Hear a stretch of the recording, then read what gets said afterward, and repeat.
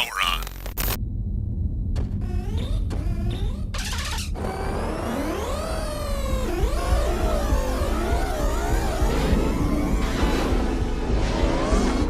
Now entering the gaming grid. The latest gaming news, reviews, and retro culture, as only the man of tomorrow can deliver.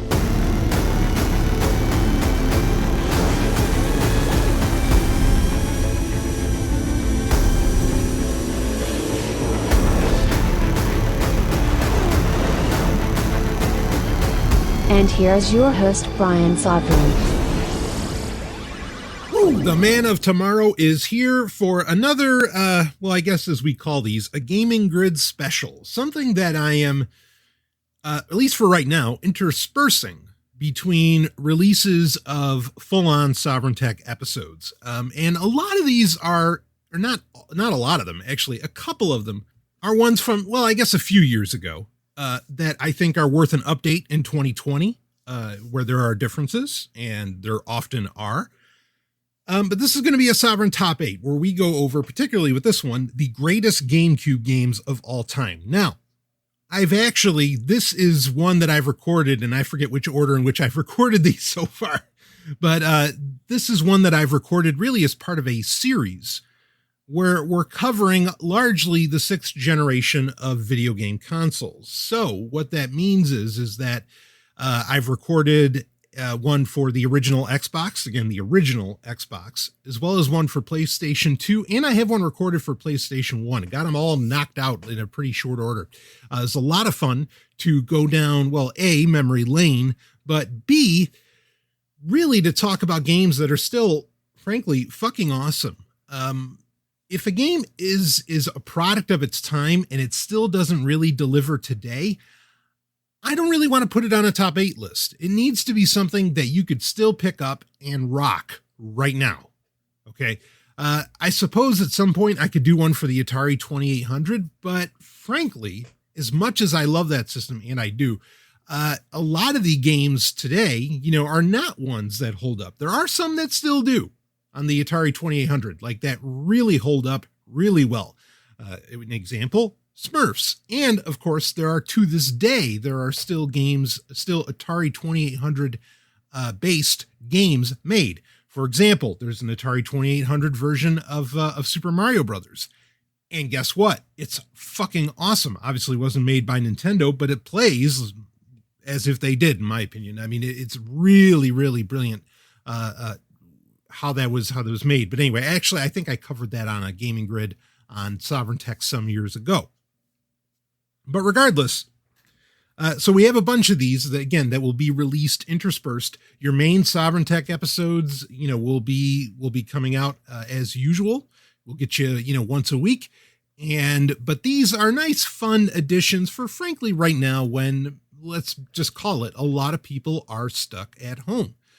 I am concentrating at this stage on the 6th generation of consoles. And I'm releasing the Nintendo one first because the past 2 top 8s that I've done over the past month or so have been Nintendo consoles. So we might as well round that out. I'm concentrating on this because these are the consoles that even if they had internet connectivity, it wasn't essential to the system, right? And that, granted, with the 3DS, you could argue it was very essential. The DS, it would kind of get there, but we talked about that when we did a top 8 for the Nintendo DS and DSiWare specifically. But that's part of the real appeal, in my opinion. As we get into the 6th generation series, really, of video game consoles, the 6th generation is when gaming became gaming that we understand it today in a very real way, right? Where, consoles, even though PCs had been doing online multiplayer forever, and actually previous Sega consoles had, all the way back to the Saturn, and, well, Sega Channel doesn't really count, but anyway, and of course in Japan, we could talk about Famicom, we could talk about all kinds of things, but bottom line being is that, while PC gaming and some other platforms, had already had online multiplayer, the sixth generation of video game consoles is when that became more of a thing. For example, with the PlayStation 2, you would have SOCOM. For the GameCube, which we're going to talk about here, probably the biggest use, and it was an add-on. You had to buy an add-on, part accessory, was the modem for it, and probably Phantasy Star Online, which of course was originally a Dreamcast title, was probably the biggest, or the game that took the most advantage of that feature on the GameCube. So everything that basically you imagine that a modern gaming console does today largely started in the sixth generation. That said, I would also argue, and frankly, minus the online multiplayer, I would also argue that this is probably when video games, console gaming, I should say, was also, pun intended, top of its game. Like, to me, this is the pinnacle. This is as high as you get. As much as I enjoy my Nintendo Switch, as much as I enjoy my 3DS, as much as I enjoy a modern gaming PC and whatever else, I can be honest with myself and say that no, not just the processing power, not just how many polygons, are in the games, not just the storage mediums, not all the feature sets, whatever, just the entire, those are part of it, but really the entire ethos around the console, was, I think, at its best, meaning that it created, dare I say, and of course health is subjective, but I would argue it created the healthiest gaming environment.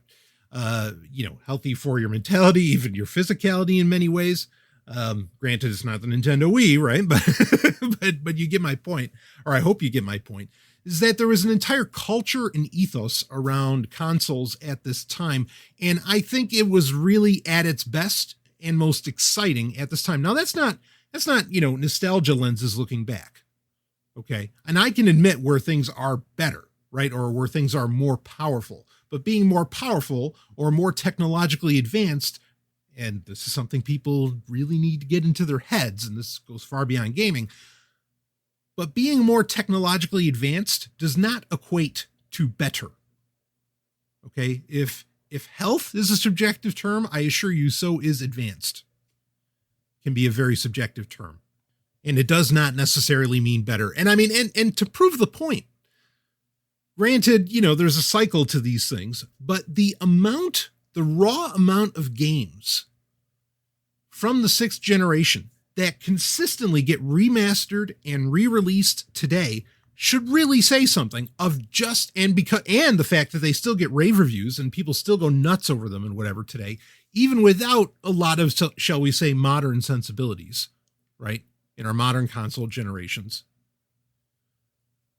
I think that kind of proves my point at how much these games, again, do get re-released over and over and over again, or even like games in series that often started in the sixth generation of video game consoles, how they're still going. So there's really something to be said for that. And like I said, I stand by my statement without nostalgia goggles on, that this was gaming at its best. To talk about the culture, you still had kind of your fanboy thing going on at the time, but that basically got, in my opinion, a lot of the arguments that were being levied against other companies really fell away ultimately in the sixth generation. This is when we realized that, okay, we have three companies. Granted, it was shocking at the time that one of them was Microsoft and not Sega. But we have three companies who are vying for some kind of dominance, but then they really didn't have to vie for dominance. And this is an important point to actually bring up in this episode, is that this was also the first time that I can really think of. Now, granted, with Genesis and SNES, PlayStation and N64, there were games that would get ported across consoles, right? Like you'd have, and usually with the N64, they'd put the moniker 64 at the end, or the suffix of 64 at the end of it, as compared to what it would be called on the PlayStation.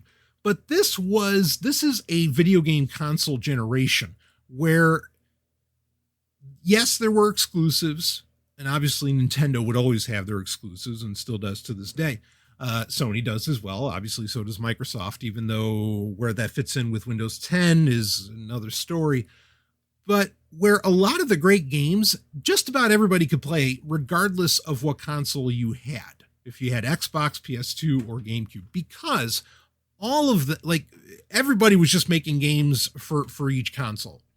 Now, there's times, and this is going to, when we get into our list here for the GameCube, there are times where, you know, sometimes for the GameCube, because of the nature of the mini disc or mini DVD based format that the games were on as compared to a full-size DVD that Xbox and PS2 would end up using, that there would be features missing due to, you know, storage constraints.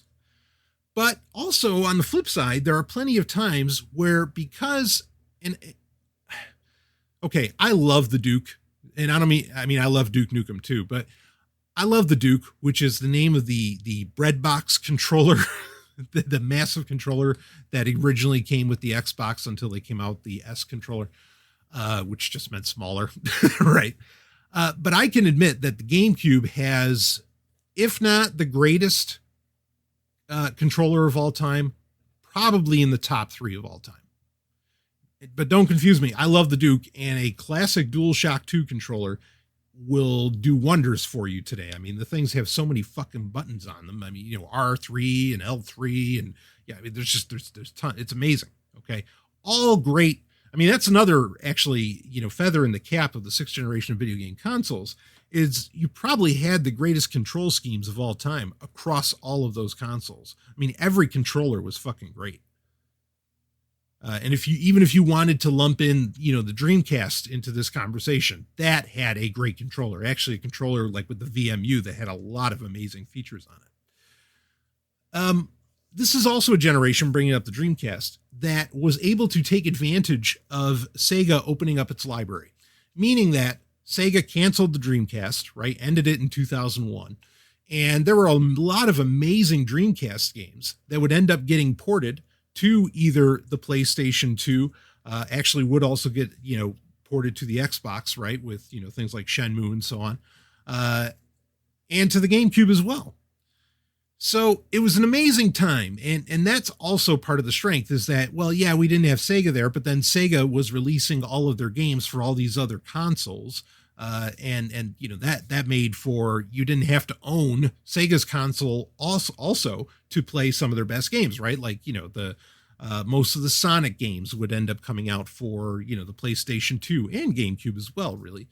The other amazing thing that happened in the 6th generation of consoles that we should bring up is that this is when, like, compilations of classic games, even of like arcade re-releases and all that, would end up starting and really, I mean, they would be on the PlayStation to some degree, but really once DVDs became a thing and you could put so much data, you know, onto the game disc now, that opened up a lot of possibilities. And this is the console generation where, and look, if you have a PlayStation 2 or even a GameCube, with GameCube, a lot of these things exist as well. And with the GameCube, you have the easy built-in 4 ports, right? So that you can do 4-player with an arcade game, a nice beat 'em up or something. But if you have a PS2, you know, or a GameCube or an Xbox at this, but really more PS2 and GameCube, if you have those things at this time, or, you know, like the amount of classic compilations that you can get, right? I mean, the Taito Legends compilations, the Midway Arcade Treasures compilations, the Capcom compilations, and all this. I mean, you could have, with, you know, 10 discs, you could have 100 games. It's amazing, quite frankly. And that also adds into the story, or the narrative, I should say, that I'm giving you here of why the 6th generation was gaming at its absolute best. It was a peak for gaming. And that is that companies didn't really see, they were testing this out. They're like, well, we've got these games sitting around. Why don't we port them onto the PS2 or the GameCube and let's, you know, release 20 on one disc and put it out there. Okay, great. Game companies didn't realize how much people loved a lot of these classic games. Today, in the modern generation of consoles, Switch, PlayStation 4, and so on, and of course we have the, you know, PS5 and the new Xbox coming out very soon. In the modern generation, now they know people love these classic games. And so they're not going to give you 20 games for $20. Oh, no. You're going to pay $8 a piece for something from the arcade archives for one game. Or you're going to pay $40 for a collection of, I don't know, 8 NES games or something, and granted, the advantage today more so is that you'll get a lot of releases that were never released in the West, quote unquote, that they will, translate and put onto, modern compilations. And that's great. I'm certainly not going to complain about that.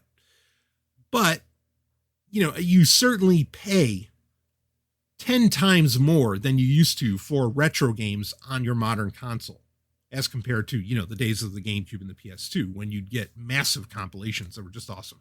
Like, I mean, frankly, if I was doing a top 8 for the PS2 or a top 8 for the GameCube, the Midway Arcade Treasures series, particularly, I want to say Volume 2, could easily be the best game on there because it has Primal Rage, has Mortal Kombat, most of the Mortal Kombat games on it, the arcade versions at that. It has San Francisco Rush 2049, which is arguably the greatest racer and racing battler game of all time. Just, that's it. End of story. It's the best. And people still go nuts and are addicted to it when they play it to this day. Ellen and I play it. We're going for hours and she's laughing her ass off the whole time because that game, San Francisco Rush 2049 off of Midway Arcade Treasures, is that damned good to this day.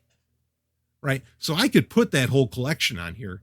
And that could take, if you wanted to count them as one of, volume 1 through 3 is a game apiece. They take the top 3 slots easy. Okay.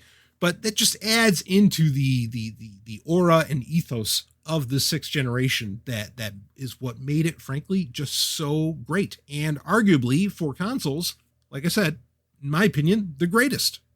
So before we get into the top 8 for the Nintendo GameCube, let's talk a little bit about the history of the GameCube.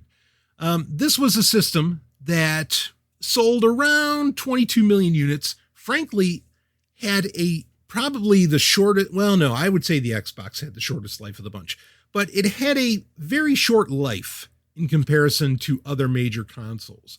I think we were talking, when I did a special about how to, soft mod and burn games for a PlayStation 2 in 2020. Which is a great proposition, by the way.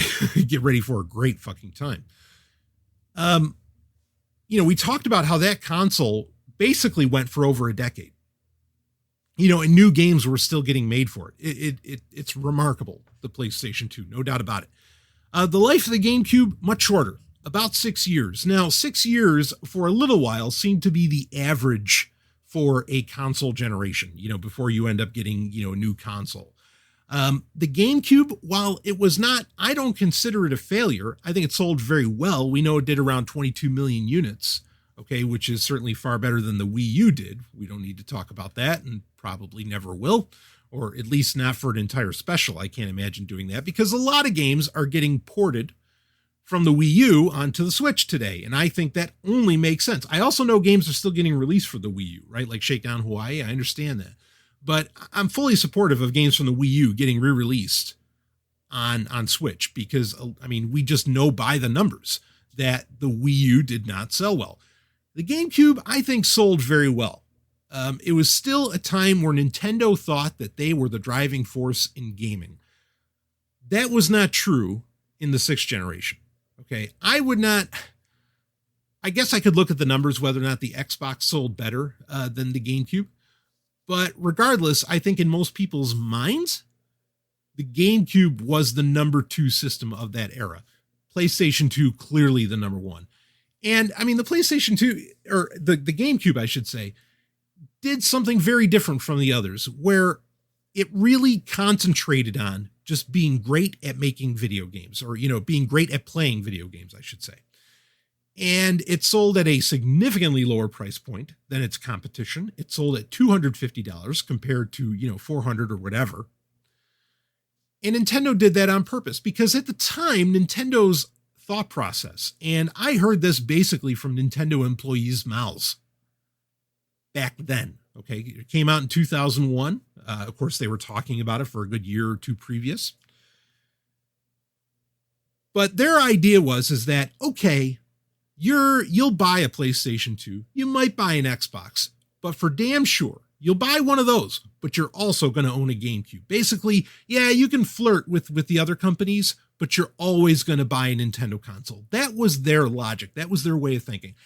I think they learned differently with the GameCube. They learned that, that's not exactly how things are going to work out. Now, in the handheld space, that was true. Like, okay, not everybody's going to buy a GameCube, but yeah, probably a lot of people are going to buy a Game Boy Advance, or later on a DS or whatever. And that's why those systems, just sold through the roof, and why Sony tried to take a cut of it with the PSP and the Vita, of course. They left that behind. The GameCube, speaking like the Wii U, how many of those games are getting ported, the GameCube was home to a lot of ports, and also a lot of those games have been ported as well. In fact, some of them to the Wii U, for example, the Wind Waker, which is actually not on this list. That's not to say that it couldn't be. The Legend of Zelda, the Wind Waker, could definitely be on this list, but we'll talk about Zelda on the GameCube later. That's a little bit of a separate conversation to have. So it's a system that sold very well. It was not as powerful as its competition. It used the funny mini DVDs, right? They were like half the size of your average DVD. Reasoning behind this, piracy, and, frankly, just like trying to get a cut of, look, Nintendo made a lot of money over the fact that they licensed and patented their cartridges before this. And if you wanted to develop a game for a Nintendo console, well, there was a fee to pay. You had to buy into, whatever format that Nintendo was using at the time, cartridge or optical or whatever. It's not uninteresting that the GameCube was Nintendo's first real foray, even though they had teased about it previously, but it was really their first mainstream foray, I guess I'll put it that way, into optical disc gaming. It's interesting. And what's ironic is that they've left it again, right? With the Switch, they've gone back to cartridges, even though really now everything is ultimately a digital download, ultimately, in modern consoles. You can buy a physical version, sure, but is that the latest version of the game? Does that have the latest patch on it? No. Will your system still download the latest patch? Yes. Even if you own it physically, sure. But then it doesn't write that patch to the cartridge. So ultimately, all games are digital today. Something that I really feel is a negative, but there it is. At the time, this wasn't so much the case. With the sixth generation. I think that to some degree, like SOCOM and some other multiplayer games would have some degree of patches, and there were ways that Sony, Xbox, or Sony, Microsoft, and Nintendo would update their systems, by basically sneaking the console firmware updates onto discs at varying times. Is very interesting. But even beyond really the switching to optical discs, there are a lot of things that the GameCube really did to shatter presuppositions about Nintendo consoles. Probably the biggest one that I think a lot of people even hold to this day, which is unbelievable that that's the case, but it is. The idea that Nintendo consoles are only for kids. Now, look, towards the end of the N64, I think Nintendo learned this lesson. You'd have Conker's Bad Fur Day. You had adult games basically on the N64. The GameCube would waste no time in making sure you knew that this system was not just for kids. Also, interestingly, it is the first Nintendo console that I can think of where it did not have a Mario game at launch. It had Luigi's Mansion, which is a great game, by the way, also not on this list. Very worthwhile, and actually the version for the 3DS is top-notch and definitely the best way to play, especially with 3D on. But it was clearly Nintendo trying to do something different. I think they were pretending their competition in many ways didn't exist, but then at the same time, they were seeing what could we get away with? How can we differentiate this from what happened between PlayStation and N64. And I think not launching with a Mario game, while people see that as a failure, I think that was a bold move, because it was Nintendo saying, no, this isn't what we rely on. You know, we can make great games beyond that. Now, the best game in GameCube's launch titles, not uninterestingly, and this is something that clearly, and I've talked about this before, where it pushed a lot of N64s, was a Star Wars game. For the N64, I mean, Shadows of the Empire, Racer, Rogue Squadron, you know, I mean, like those, even Battle for Naboo, even though most people don't remember that game. But those games, especially those three, moved a lot of N64s. I mean, they sold because, you know, with those games, that was a winning proposition. Particularly Shadows of the Empire. I think people forget just how huge of a game that was. I mean, that was a big fucking deal. Everybody was playing that. Everybody, I mean, I just remember at the schoolyard, everybody talking about it. That was the game of games. They were talking about that as much as they were talking about Mario 64. So I think Nintendo was right, frankly, to feel confident in trying something a little bit different, because they knew they had something that, next to their first party titles, was clearly their bestseller on the N64. They had a great Star Wars game to start the whole system off with. And we could actually start off the top 8 list with that. So, I mean, let's get into this top 8. At the end of this, I want to talk about how, you know, what are the best ways to experience the GameCube right now. And we will get into that. We will talk about differing things, emulators and hardware and so on. Okay, that's a conversation to have. So we'll get into that. So get excited, because these are the games that you are definitely going to want to play when you make that happen. Okay, I'm not going to give you a whole tutorial here on how to do it, but I'm going to tell you what's out there and what you can do. So yeah, let's start it off with number 1. And in fact, I think it's fair enough. There's only one other game that came out for the N64 that would vie for taking this game out of the number 1 spot, because I'm going to give you a top 8 here, but they're not necessarily in any real order. I mean, if they're in the top 8, they might as well all be number 1, right? Because they're all great. But if I were to give you a top game, the game that made me buy the system, and in fact, with the GameCube, how I bought it, I guess we could talk about that. But the game that made me buy it was Star Wars Rogue Squadron 2 Rogue Leader. Long name, long game, great results, top notch. A game still gorgeous today when you play it, when you hook it up.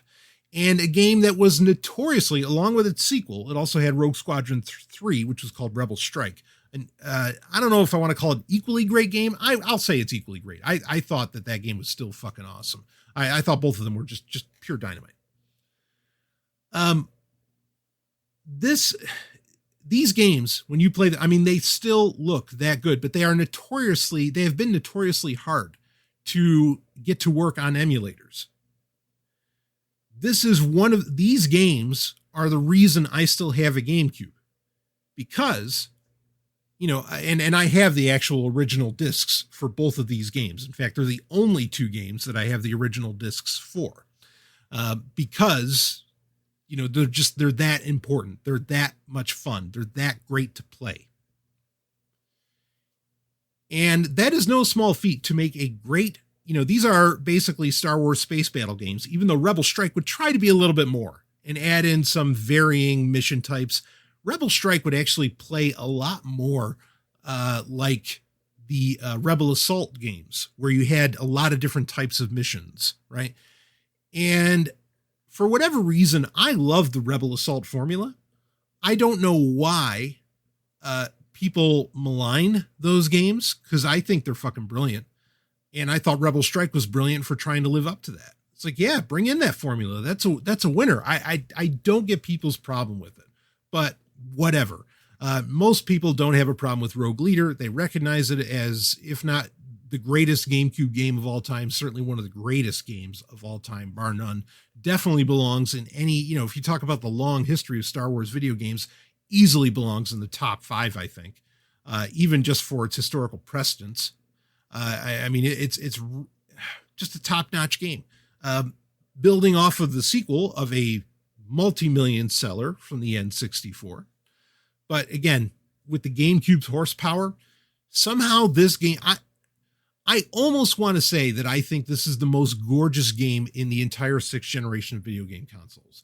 Even though the GameCube is not as powerful as the PS2, not as powerful as the original Xbox, this game takes the cake as far as just pure beauty. I mean, when you're flying a B-wing over a lake or an ocean, holy shit. I mean, it's just stunning when you look at it. There's a lot of secrets and cheats in it and everything. You can unlock like an old Buick, I think, and fly that around. That's a lot of fun. You can unlock the Naboo starfighter, the N1 Naboo starfighter. There's a lot of really cool things that you can unlock within the game with either cheat codes or, just from playing it, whatever.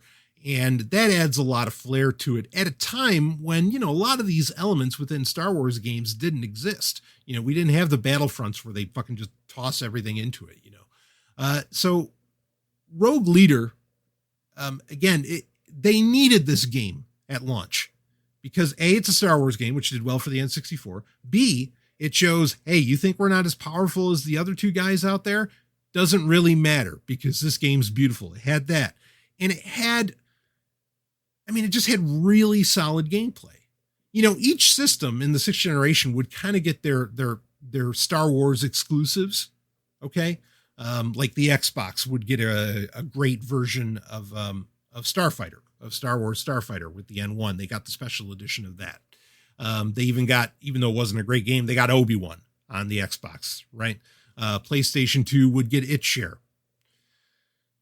And GameCube certainly had other Star Wars games as well, but I mean, none of them lived up to this. And I'm sure there's a story around how was it Factor 5, the development company that made these games went under, but damn, what a shame, because I would be playing Rogue Squadron 6 or 7 or 8 today with glee, with absolute glee. I think these games are top notch. It belongs in any conversation around the GameCube.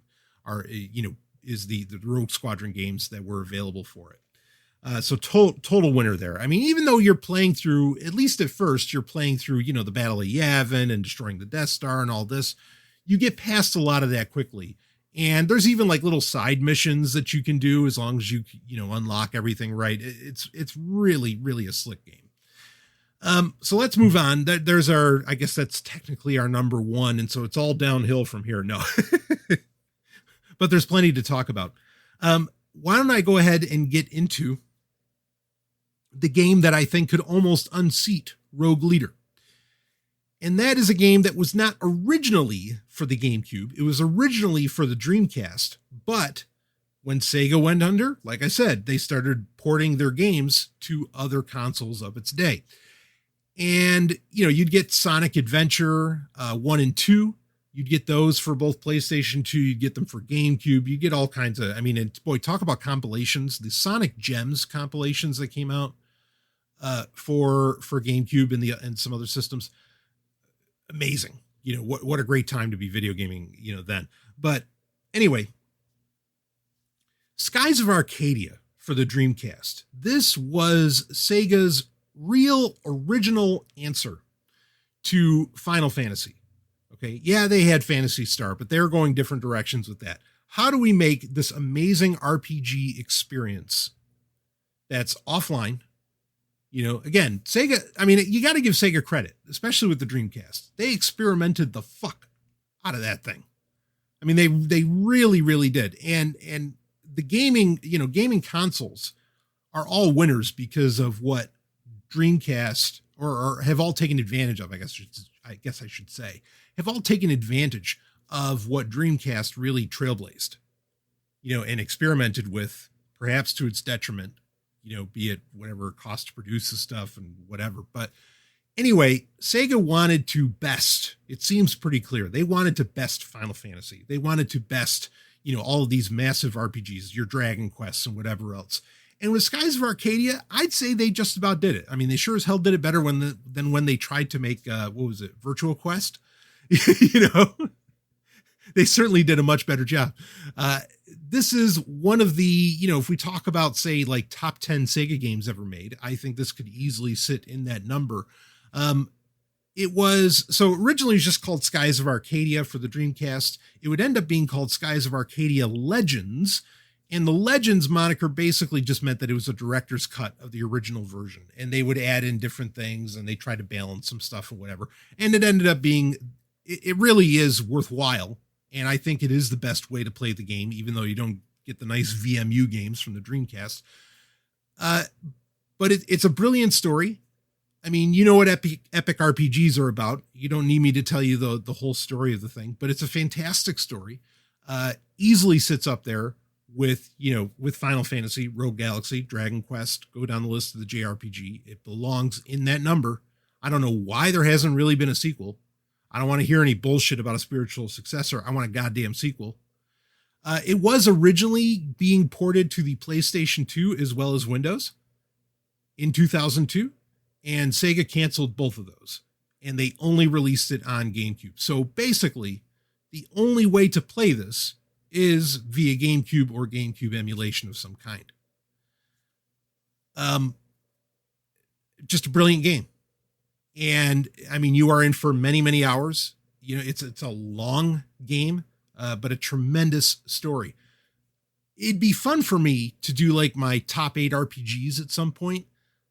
This one would probably sit in the top 3 on that. It'd be around Radiant Historia and maybe Dragon Quest V and some others, but it'd be in there. And I know, look, there's JRPG. I mean, because you had the Fire Emblem games come out for GameCube, you had a lot of great JRPGs take advantage of the GameCube, and amazingly that got released in the West, right? That got released in America. But this is the best one, in my opinion. If you can only play one RPG on the GameCube, this is the one you want. So jump on that. Skies of Arcadia Legends. We'll put that at number 2.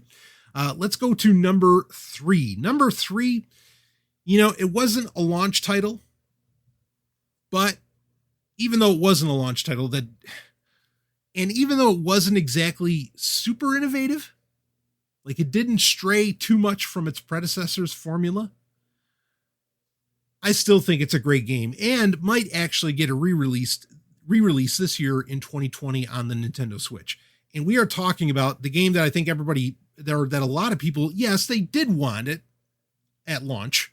They wanted a Mario game, but they didn't get it. But when they got it, reviews were strangely mixed. I can't help but think that if it was a launch title, that the reviews would have been through the roof.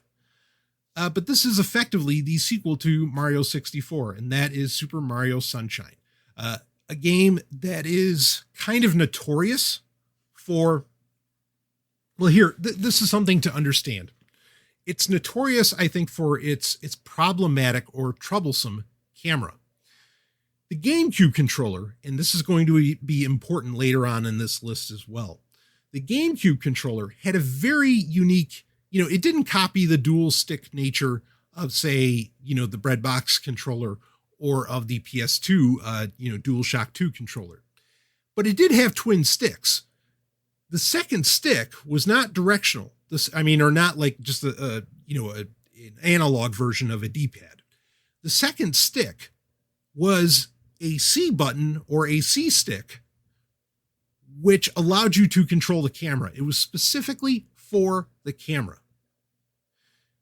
This was a very big deal, and I think a brilliant innovation on Nintendo's part. And I'll talk about that more again as we go down this list.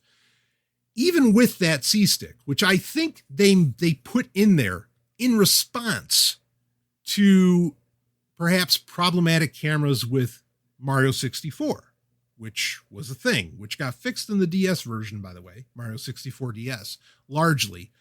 But I get where people complained about it. The reason why people didn't take marks off of the camera for Mario 64 is because it was such a mind-blowing game at the time that, the negatives didn't outweigh shit.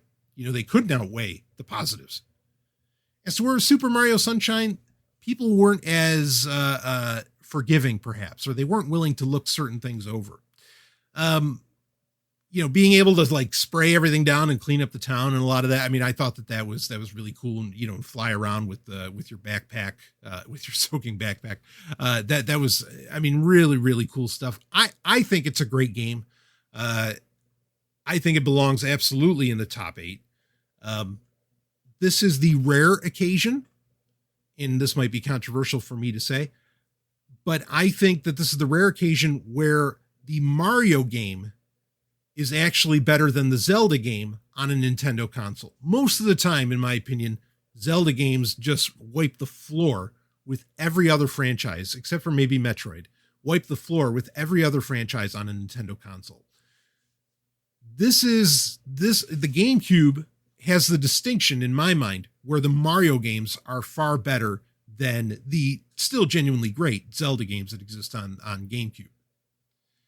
And it is games plural, by the way, for the GameCube. Most people forget that Twilight Princess was a GameCube game. In fact, it was originally being developed for the GameCube, and then, or as I understand it, of course, then it would be on the Wii and whatever. And anyway, so Super Mario Sunshine, I mean, I think it's that good. It's basically an improvement, not an innovation, but an improvement on the formula of Mario 64. And especially when you look at it in that light, you really see its brilliance. And I look forward to, if it is getting re-released for the Switch, I'm there. I'm ready for that. Because it's a game whose time has really come, and I think deserves a good second round, a second playing. And again, like I said, I think if it was a launch title, people would think about it very differently today. It would be ranked right up there with the best Mario games. Because afterwards, I mean, Nintendo has really, frankly, played it safe. They've made sure that there's always a Mario starring Mario game at launch, ready to go.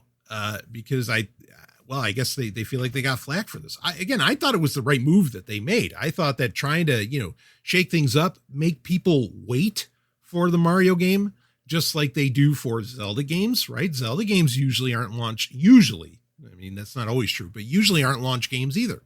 Because at the time, if people had to wait 5-6 years for a Zelda game, they'll wait.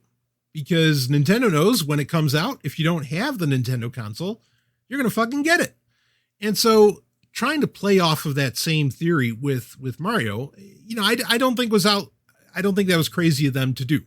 And I don't think it was wrong of them to do. But again, I think people would have felt very differently about it. If it was a launch title, I think people would still be talking about it again, very glowingly as compared to now. I mean, now, in hindsight, people like it, right? But at the time, certainly it had plenty of criticism. Anyway, let's move on from number 3. Let's get into number 4. Now, it's funny because I actually have more than 8 games here listed. And not because I don't know what my top 8 is, but the hard part with Nintendo consoles is that, there's certain games you come to expect from Nintendo when it comes, right? Like you're going to get a Mario Kart game. Like Double Dash could be on this list. Double Dash is great. I mean, Ellen and I, we play the fuck out of that game still. There's lots of game series where like a Mario Party or something like that, where, they could fill up the top 8 on their own. And I don't really want to have that here. And basically number 4 that I have written down is Super Smash Brothers Melee. This is when the Super Smash Brothers craze takes off. Okay. As to where now, they're like the biggest games, whenever they come out for a Nintendo console, even though it'll be interesting to see because the creator of Super Smash Brothers, and the main developer, he has basically come out and said that like, I'm never going to make another roster like I did for the Nintendo Switch. So we'll see what Smash Brothers games end up looking like in the future. But anyway, Melee really perfected the formula. And in fact, to this day, people mod Wiis and GameCubes to play the latest versions because there's a whole homebrew scene around Super Smash Brothers Melee so that they can play those latest versions of Smash Brothers Melee. That's how great this game is. So I don't really want to put it at number 4 though. I want something a little more rare. Everybody expects this game to be on there, right? I don't mind doing ones that you expect, but I like to give you some stuff that you might not have thought about or that you might have missed. And so I'm actually going to put another launch title on here. The launch titles for the GameCube were great. They really were. I mean, it's hilarious that you get commentators, even to this day, who say that the GameCube didn't have a great launch lineup. You're full of shit. Luigi's Mansion's awesome. Rogue Leader's awesome. This game, I think, was awesome as well. And it often gets forgotten. And it's a game series I wish they would pick the fuck back up. And that's Wave Race Blue Storm. Wave Race was a huge game on the Nintendo 64, massive seller, and a great tech demo in many ways for 3D gaming. Blue Storm, much like Super Mario Sunshine, basically prettied up the Mario 64 formula. I feel like Blue Storm prettied up much of Wave Race. And I think when it came out, a lot of people probably looked at it then and said, well, there's no real argument to buy this if you bought Wave Race. It doesn't add that much to the formula.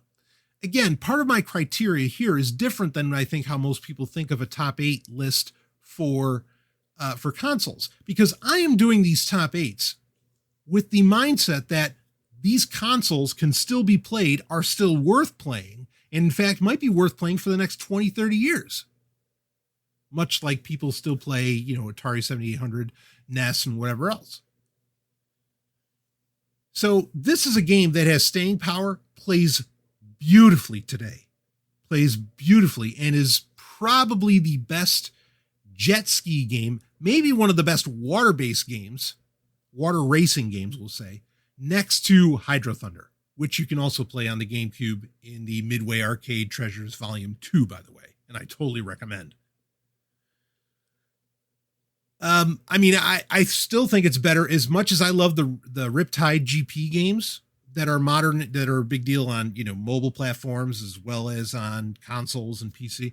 I think Blue Storm beats out the Riptide games by a long shot. It's another one of those games that's just gorgeous. It took advantage of what power the GameCube did have, and like Rogue Leader, took it as far as it can go. And in presentation, even if other consoles were more powerful, in presentation, this looks better, right, than what the competition was doing. So I think Wave Race Blue Storm gets kind of ignored. And much like, it's interesting to think about this because like F-Zero, right? So the GameCube also had F-Zero GX, which could have been on this list. That's like the last F-Zero game that we've gotten. Could we at least get a re-release, And I feel like Blue Storm is the same deal. I mean, because there's a Wave Race game for GameCube. It's not like there's only a couple games out there. It is something that had a bit of a series to it. Boy, playing Wave Race on a Game Boy though, that's a weird thing. Anyway, but Blue Storm, I wish they would pick up the Wave Race series again. I think it's a lot of fun, just like Excite Bike. I think it's a lot of fun. It has a nice arcadey, simple feel to it, but when it's done right and with great Nintendo controls, no one else can beat them. No one else can match what Nintendo does here. So at number 4, I'm going to put Wave Race Blue Storm. Let's get to number 5. Number 5 was really the first game. This is also part of that launch lineup. This is the first game, I think, that proved Nintendo isn't just for kids anymore. We're going to please and appease the adults. And this game is Eternal Darkness, Sanity's Requiem, a game that has a very Lovecraftian style, I would say. You play a lot of different characters in it, coming from different walks of life. Like there's a firefighter, there's like this Cambodian slave, whatever, and you have to, play each one differently.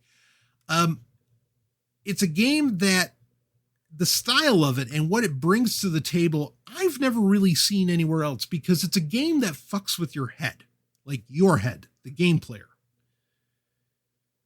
where, like the monsters and the traps and all that stuff. Okay, maybe not as terrifying as Resident Evil or whatever. We're going to talk about that on the GameCube, but, might not be that terrifying or whatever. But the thing is that, like there's a time where you'll enter a room and just suddenly you'll be decapitated and you think the game's over and you're like, oh, what the fuck? Next thing you know, you reappear in like a hallway that you were just in a few seconds later and your head is attached. You're like, wait, what just happened? Or the game, you got to understand this. And I know I've talked about Eternal Darkness before because I really think it's such a brilliant game, the way that it fucks with the game player's head in the real world. The game will bring up a message that says, oh, the controller disconnected, you're screwed, you're going to have to restart the game or whatever. Now, you don't really have to do that. And you think it's an error message from the GameCube. No, it's the game messing with your head because the game has like an actual sanity meter in it. Oh, man. What a genius game. I mean, and only scary. I'll tell you, it is scary. I remember playing it like late at night. We're talking like 3 a.m., right? Playing it at 3 a.m. and, then some of that wacky shit happens where like it'll say your save game was fucked or something like that. And I mean, and then when you realize what's going on, it messes with you a little bit. And I know there was a moment similar like in Metal Gear Solid, right? Where I think the colonel just starts talking to you. Like he says like, yeah, no, you sitting in the couch. What are you doing? Right. And I love it when it does that. Just like there's the game Omicron for the Dreamcast. And also I think you can get it now. I think you can get it on PC now, but Omicron, which was actually a game starring David Bowie of all things. That was a game where it was self-aware that you were the game player and you were controlling what was happening on the screen. And that's how you were experiencing the game. I love it when games break the fourth wall like that. And that doesn't get done enough. Like little, even Easter egg versions of that, like in Metal Gear Solid, it just does not happen enough. But Eternal Darkness definitely took it, I think is to the heights of that, where you could go with that. So that's a number 5. Let's keep going through this. Number 6 is where this is the greatest Zelda game that's not a Zelda game. But it also happens to be part of what could be argued the greatest fighting game series of all time. No, not Street Fighter, or Mortal Kombat for that matter. Soulcalibur II. Definitely, highly anticipated game. Like I said, the 6th generation of consoles was a time where game companies, game developers were willing to, port their games to every system. That's become, par for the course today. But at the time, that was somewhat revolutionary, as to where there were really a lot of exclusives and things like this that would happen. And part of that came from Nintendo or Sega strong arming. Now, the game developers were having fun with this. With Soulcalibur, made by Namco, of course, who also make the Tekken series, tremendous series, they said, you know what? For each system, let's give each system one unique character that could be in the fighting game. So, for example, with Soulcalibur II, you had, for PlayStation 2, which was the home, PlayStation's the home of Tekken, they put in Heihachi. Great choice. For Xbox, I think they put in Spawn, the comic book character. Fine choice. But for GameCube, and I can't tell you how excited people were for this. For GameCube, they put Link from Zelda in it. And everybody, as great as Heihachi is, or that Spawn was, and it was cool to play Spawn on Xbox, by the way. As great as that was, you knew you wanted to play Link because, no pun intended, Link was a fucking legend, right? And to have the Master Sword and your shield and everything and to go to business, because that's the beauty of the Soulcalibur series or the Soul series, which started off with Soul Blade or Soul Edge, depending where you played it. It's basically Tekken with weapons, right? It's 3D fighting with weapons, and it does it so well. These are gorgeous games. Probably my favorite fighting game series. It's right up there with Mortal Kombat, Street Fighter, and so on. Certainly the original Soul Blade is. But Soulcalibur 2, getting to play as Link, yeah, baby. Everybody was all over that. I guarantee you that sold a lot of GameCubes because people just wanted to play as Link. It was that exciting. I would, if you wanted to count it as a Zelda game, it's easily the best Zelda game on the GameCube. Look, I like Wind Waker fine. I think Twilight Princess is brilliant, and I wouldn't mind a re-release. Okay? But, putting it down, this was genius. In fact, I think I heard Mike Matei saying something about, oh, you know, I feel like when they make Zelda games that are like not the Zelda formula, that like say like Hyrule Warriors or something like that, that somehow that waters down the Zelda franchise. No. I mean, I kind of get where he's coming from, but Soulcalibur II does not fall prey to that. If anything, that just bolstered Zelda's prominence in gaming. And like I said, I think it's the best Zelda game on the GameCube. Easily. It's one of the best Zelda games of all time. It's a great fighting game as well. You know, it's definitely one of the best Soulcalibur games in the Soul series. I just love it. And I mean, and there's plenty more to love about it, right? I mean, you know, you have Maxie, you have Ivy. I mean, you have tons of great characters that enter into it, great storylines and everything. But being able to play Link as a fighter, you know, the way you've wanted to experience Link for a long time, even though you kind of got to do that, certainly in Ocarina of Time, Majora's Mask, and so on, this was it. Awesome. So, again, we'll talk about some Zelda games here in a minute. But moving on, so that's at my number 6, Soulcalibur II, or really call it like Legend of Zelda Soul Calibur. that should be its name. Just fucking brilliant. At number 7, we've got to talk about the Resident Evil. Actually, I hate that phrase. I hate saying we've got to talk about. I hate it. I hate it when like media outlets do that. But whatever. It is important to get in the discussion around Resident Evil. We've got to talk about, there I'm saying it again, but whatever, we're doing it. We got to talk about Resident Evil. The Resident Evil series on GameCube was a surprise for a lot of people. It was an exclusive at the time. For that entire generation of consoles, it was an exclusive. It was not something that was a timed exclusive. It was meant to be there and only there for GameCube. After the 6th generation of consoles went away, it would end up, you know, and certainly like when the Wii got popular or whatever. But anyway, once the GameCube, that exclusivity was done, now these Resident Evil remakes, which most of them were remakes of previous, you know, entries, have been released on every fucking system out there. And you can even get them on the Switch. They're on PC. They're everywhere. This was a massive deal for Nintendo. To, again, more of that proving that it's not, Nintendo's not just for kids anymore. So you're proving that point. But these were great looking games. Resident Evil 0, you know, also, I mean, you got bonus games into the series. I mean, and Resident Evil 4 was originally made for the GameCube. I mean, and, you know, came out, was released to rave reviews, would really get perfected on the Wii, in my opinion. But, you know, it was a really big deal when it came out on the GameCube. So you had basically the entire Resident Evil series get re-released on GameCube, what were originally more PlayStation exclusives to some degree. I mean, minus Resident Evil 2 that came out on the N64, which is remarkable in its own right for, you know, from a technical perspective.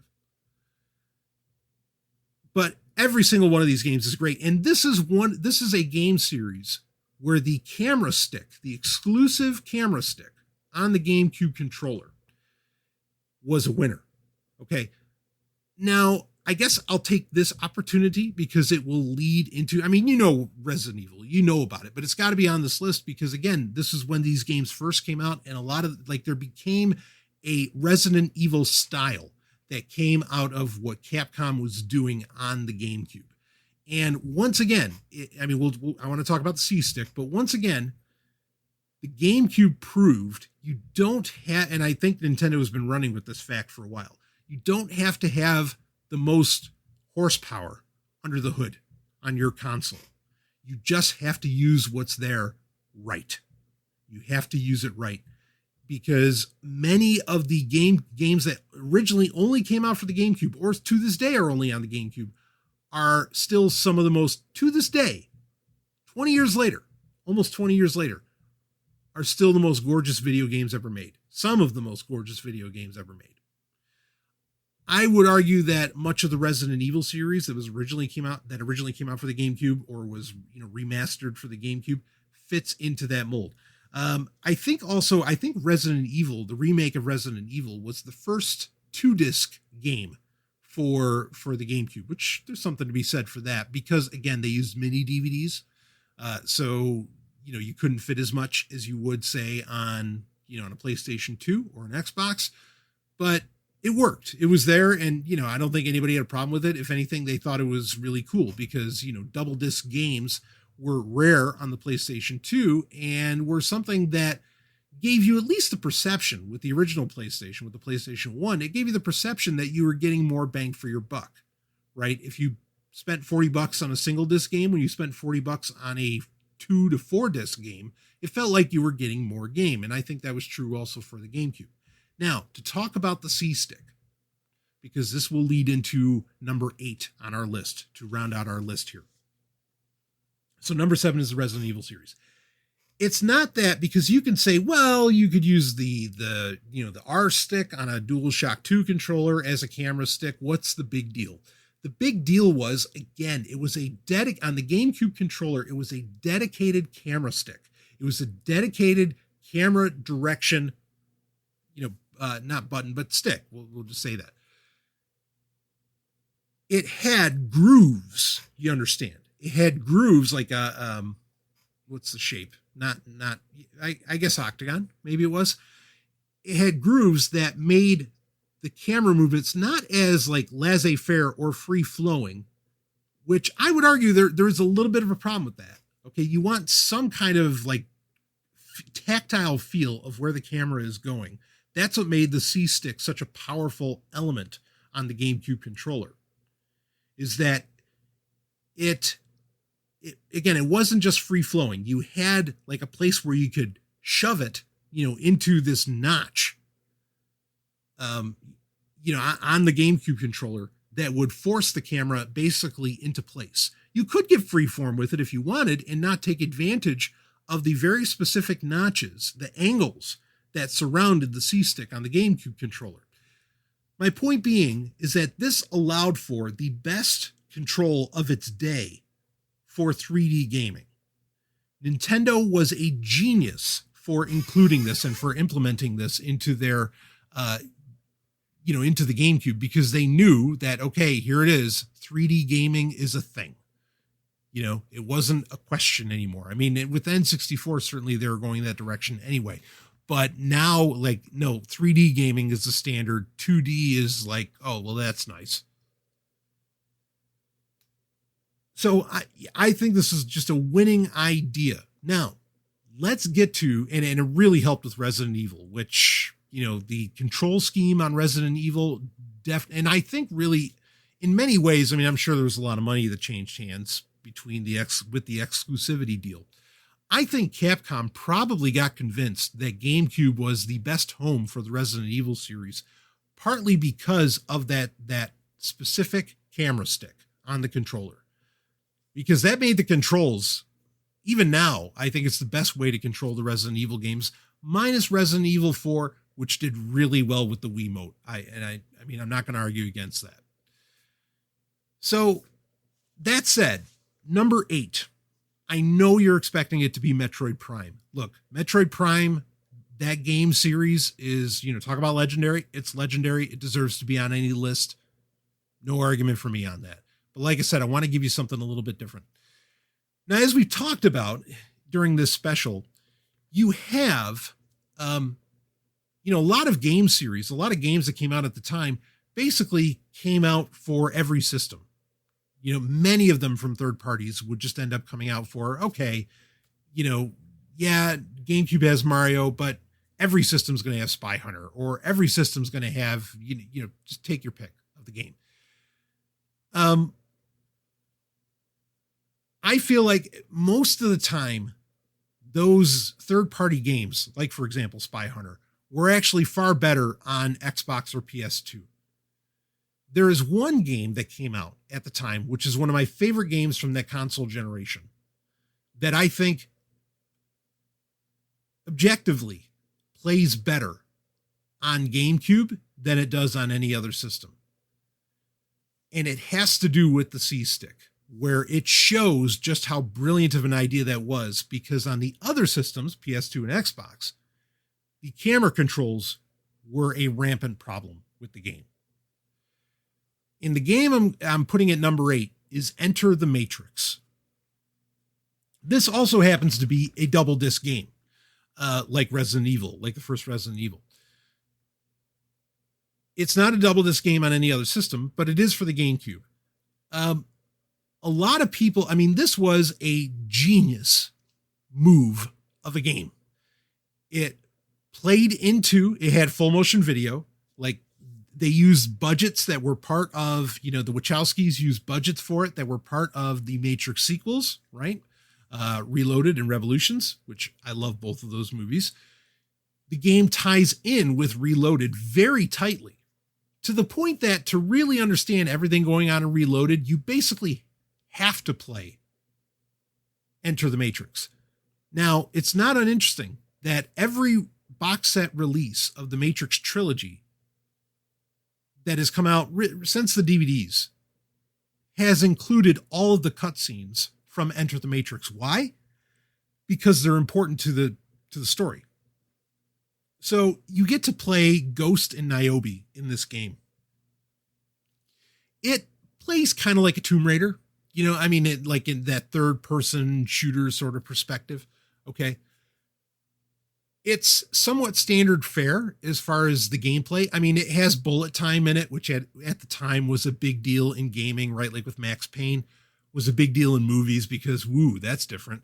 That was a part of it. Slowing things down was a part of it. There are interesting things that they implemented into the game, but overall, the real winning strategy here was the fact that you were in the Matrix. And of course, the full motion video really helped out with that. If you wanted to argue that this is the greatest full motion video game ever made, I wouldn't argue against it too much. We could certainly talk about Wing Commander 4 or Night Trap, but whatever, Enter the Matrix, I would really get it. It's certainly the culmination of that style of gameplay, or of that element being introduced into games. In fact, as far as importance goes, I think the only other game that I could compare it to would be X-Files for PlayStation 1, where, it was written by Chris Carter. Like it was an X-Files episode, and it had everybody in it, and it really meant something.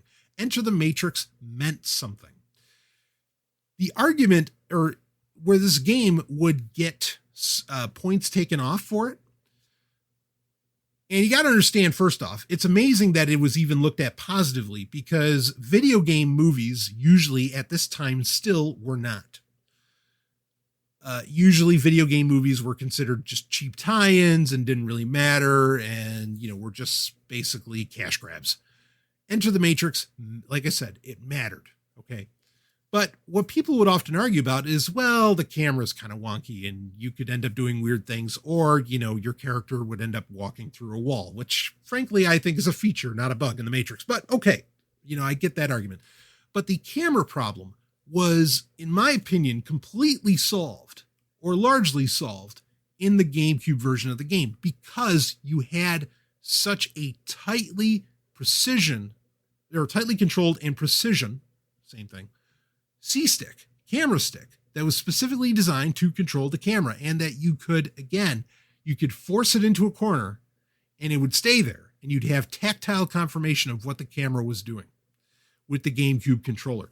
And so I think this is and I'll admit it, it's a rare case, but this is a case where a game that existed on all consoles was at its best on GameCube. And so I think for that distinction alone, it really deserves to be on the top 8. And also, I'm not going to include it on like the PS2 list. I'm not going to include it on the Xbox list, but I think it is one of the greatest games of that console generation, and it needs to get included somewhere. And why not include it where, it shows, or it gives it shows the strengths that the GameCube really had. So my number 8 is Enter the Matrix. And really it's there for that dedicated camera stick. That was just a brilliant, brilliant move. There's lots more we could talk about. The Pikmin games, it's basically a real-time strategy designed by Shigeru Miyamoto. How can you go wrong with that? You can't. Brilliant games, lots of fun, very cute, but hot damn is it a lot of fun. We could talk about, I already brought up Metroid Prime. Animal Crossing started on GameCube. now, one of the biggest franchises in the world. There are quite a few franchises that really got their start, more or less, on GameCube. We didn't even get into any of the Kirby games that are on GameCube. We didn't get into Paper Mario, or the Pokemon games that they've basically been re-released, but there's so much that was on the GameCube. We didn't talk about, how you had the GBA link, right? Where you could use a Game Boy Advance as a controller, and much like the VMU worked with the Dreamcast, where you had like a second screen, you could use it as a second screen, or it could do unique things, right? In games like Wind Waker and so on, or Four Swords. Was it Four Swords Adventures for GameCube, where you could do interesting things with it. That was a really cool concept. We didn't get into Donkey Konga, where you literally had, bongo controllers. I thought that was a genius move. It's not going to scale well, but it was a nice move. There's lots of moments like that, or game series that got their start on GameCube and were brilliant on GameCube.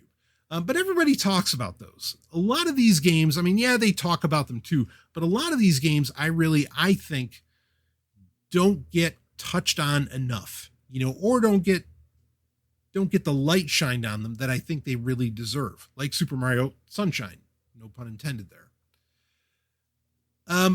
With Legend of Zelda, again, Zelda, I would kind of argue, really had its weakest showing of any Nintendo console on the GameCube. That's not to say that there weren't great options for Zelda on the GameCube. For example, when the Silver Edition of the GameCube came out, you could get, or it came with, a bonus disc that had all previous Zelda games on it that you could play on the GameCube. That was a very nice inclusion, and that was great, and speaks more to how, this idea of game compilations really came to head and started with the 6th generation consoles. We could talk about how, you ended up, if you bought, which one was it? If you bought Twilight, no, it wasn't if you bought Twilight Princess. If you bought Wind Waker, I think it was, there was a bonus disc where you could get, you could play Ocarina of Time, but then also it had the, what the fuck was it? Like the master levels. And that was really cool and rare at the time. So there's plenty of Zelda to play on the GameCube, no doubt. You could play most of his history, or most of the game series history. But the games that came out originally, I want to say, and look, I love Wind Waker. Don't confuse me. I love Twilight Princess. But they're not as, in my opinion, earth-shaking as they were on other, as Zelda games had been on other Nintendo consoles before and since. So for that reason, I don't, other than Soulcalibur II, I don't really have a Zelda game, in the list. Again, they're great games, not taking anything away from them. Just like Metroid Prime. Okay, the Metroid, they didn't make the list, but it's not because they don't deserve to be there. They absolutely do. It's just everybody kind of talks about them. They're kind of obvious. There's, other games though that aren't as obvious, right? Like Beautiful Joe and games like that could have and should have been included. But again, we can only do 8. But there's a lot of oddities that were available, some of them being GameCube exclusive, that I think are worthwhile looking at. So anyway, I'll mention them here, and I did, but that's your top 8. So I'm just going to run it down one more time, and then we're going to talk a little bit about emulation, then we're going to wrap this baby up. I don't want to go too much longer. Skies of Arcadia Legends, Star Wars Rogue Squadron 2 Rogue Leader, and Rogue Squadron 3, by the way, Rebel Strike. I think they might as well be considered one game. Super Mario Sunshine, Wave Race Blue Storm, Eternal Darkness, Sanity's Requiem, Soulcalibur II, the Resident Evil series, even if you just want to talk about number 1, 4, or 0, they're all worth talking about. And number 8, Enter the Matrix. So all of that said, how do you get to play these games today if you want to? Well, the easiest way to go about it, obviously, would be to buy a GameCube and hook it up to your TV.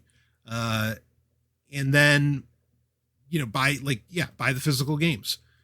But there are a lot of options out there. There is a soft modded option, much like there is now for the PlayStation 2 with Free McBoot. There's basically a Free McBoot. It's not called that for the GameCube. It's called Swiss. And I put a link in the show notes for it so you can check it out. It's actively developed. It's up to version 0, so it's not even version 1. It's up to 0.5R878. Most games will play very well with Swiss emulation. Okay. Not all, so you might have to buy some, but most games work very well with that. And Swiss will work. There's a special memory card you get that will allow you to put in an SD card. You have to have the action replay disc. This gets into a very big conversation that I'm not going to have here. But bottom line is that you are able to play GameCube games off of an SD card. Another way that you can do it is there is a hardware replacement for the optical disk drive, which is the dream for any 6th generation console. I'd love to have a real replacement that goes at full speed, isn't relying upon USB, okay, for the PlayStation 2, but there is for the GameCube, and it's called GC Loader. Good luck getting your hands on one. It's a little expensive, but that will allow you to replace your optical disk drive and just pop in an SD card and go to town on it. It's a great option, especially as Swiss is still actively developed and just gets better and better in what it can do. And I mean, understand that Swiss allows you to, put in other emulators, right? So on a GameCube, you can play Super Nintendo games, Genesis games. I mean, there's a lot of options when it comes to that. So that, the GameCube can be a lot of fun for more than GameCube games in 2020. I totally recommend owning one. But what you can also do is on your PC, you can use what's called Dolphin. Now, Dolphin is an emulator that allows you to play GameCube games as well as Wii games on a PC. Actually, there's Dolphin, I think, for Android as well, but I don't think it works as well. Anyway, that's a great option to go with as well. Again, you run into, much like with Swiss, where some games don't play perfectly, but most do. So Dolphin might be something to look at. Of course, also you could, and this is something I recently learned about, you can actually crack and mod a Wii U to play GameCube games. You could also mod a Wii, an original Wii, which by design it was designed to play GameCube games. Those are also options as well if you want to go with something that has more options beyond even what a modded GameCube has. But that gives you, a little bit of a larger game library to access. But then the Wii becomes interesting for that because, like I said, it was designed to, you already have the ports for the GameCube controller. The disk drive is designed to, handle GameCube discs. That's a great option to go with as well to be able to play these absolute classics that we listed off.